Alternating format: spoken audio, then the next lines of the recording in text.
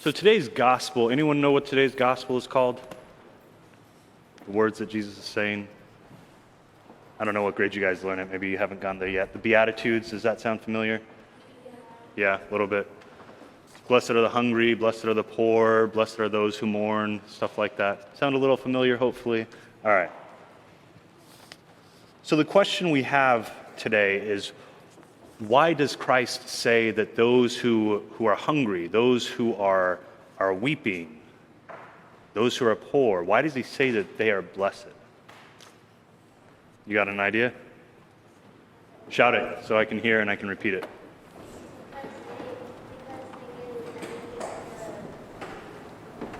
Because they give everything to the Lord? Almost. It's close. It's a good try.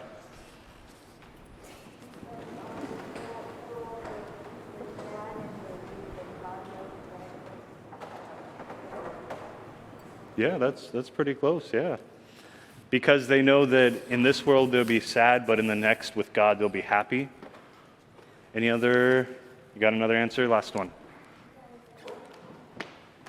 Is it what? Because they love God? I mean, that's what the hope is, right? All right. In poverty, well, one thing we have to remember is that poverty is one of the, have you guys learned about the evangelical councils yet? No? Okay. Teacher's like, no.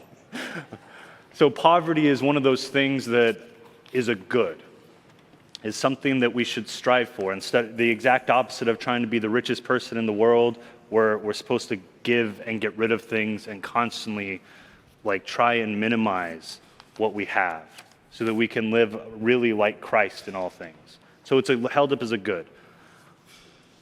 But that's besides the point.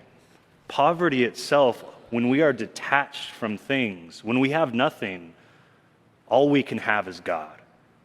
That is our last possession that we have is God himself. And so in that sense, poverty is a good, and it is something that is blessed, a state that is blessed. And then sorrow, when everything else, all this happiness in the world is gone, and all we have is that sorrow, we still have God himself. We recognize that when we have nothing and no one, that we still have God. And so in that state, we are blessed.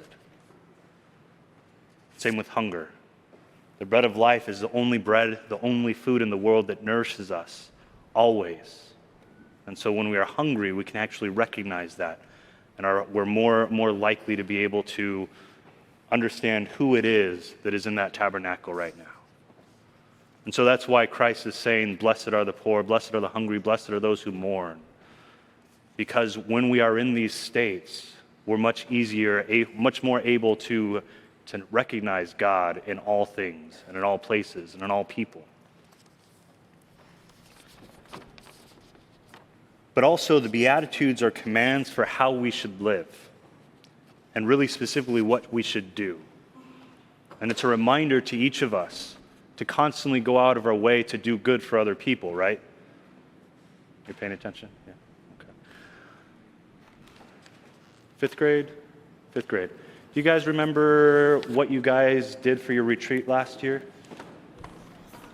What'd you do? Remember you had a mass that you guys were in charge of for the all-school mass, and then afterwards you guys went out and did something. What'd you guys do?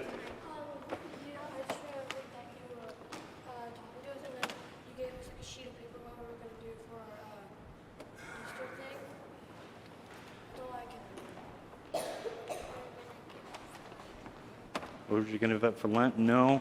Maybe it wasn't as universal as thought. I know most of the grades did this. You guys, maybe this sounds familiar. You made bags or backpacks for, with toiletries and all this stuff. You guys didn't do that one? That's fifth grade. Okay, never mind. It was another class. Anyway, so that's a good thing you can do, is to give stuff to the food bank, to the St. Joseph Center, toiletry bags, already pre-made ones that they can pass out, or donating stuff. But this is how we live out the Beatitudes, the commands of Christ, what the demands of the gospel ask of us. And so it's a good thing to do, because when we do that, when we live out the Beatitudes and we are giving and giving up all these different things, we draw much closer to our Lord and to one another.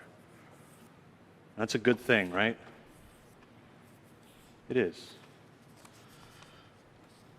Millions are starving, persecuted, and homeless, and leading very hopeless lives. When we reach out to help them, we are living out the Beatitudes. In addition, Jesus tells us that we are serving him in these suffering people. So each and every person that we help, we are helping Christ himself, the Lord of the universe, the maker of everything that is. When we give to another person, when we help feed and clothe, when we console another person, we are doing all of this for Christ himself, because that person in front of us is another Christ. That's the most important thing we can remember from all of this, okay? All right, I'm just going to stop there. I could ramble probably for another day, so I'll give you guys a break.